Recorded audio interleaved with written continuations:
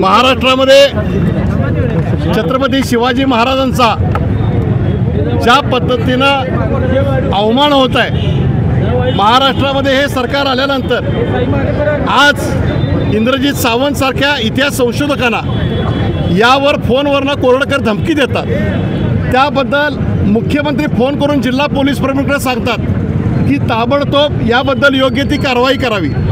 आज जर तुम्ही बघितलं तर अद्यापही त्यांना अटक झालेली नाही आहे। आम्ही या ठिकाणी हा कोल्हापूर नाही आहे, हा संपूर्ण महाराष्ट्राचा आणि संपूर्ण देशाचा प्रश्न आहे। म्हणून या ठिकाणी आम्ही मागणी करत आहोत की देवेंद्र फडणवीस मुख्यमंत्री यांनी ताबडतोब त्यांना अटक करावी।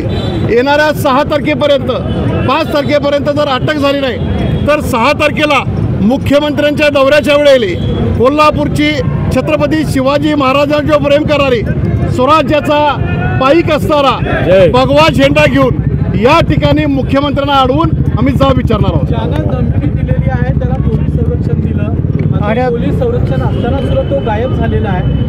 काय पोलीस यंत्रणा करते याच्यामध्ये याचंही उत्तर महाराष्ट्राचे मुख्यमंत्र्यांनी गृहमंत्र्यांनी दिलं पाहिजे।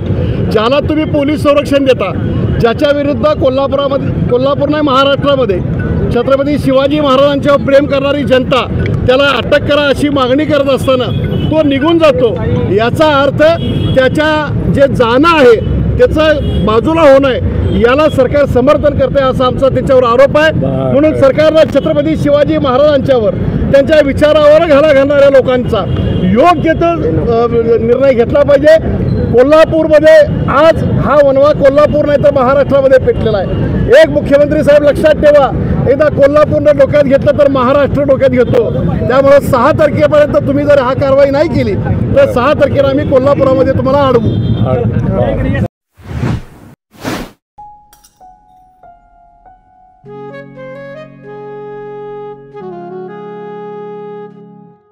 बाबा, आज येताना बासुंदी घेऊन या ना। अगं, कालच आपण आईचा वाढदिवस होता म्हणून आणली होती ना। ऐकलं, गोकुळची बासुंदी पुन्हा खावीशी वाटतेय। खरं सांगू, मलाही खावीशी वाटतेय। पुन्हा पुन्हा खावीशी वाटणारी गोकुळ बासुंदी।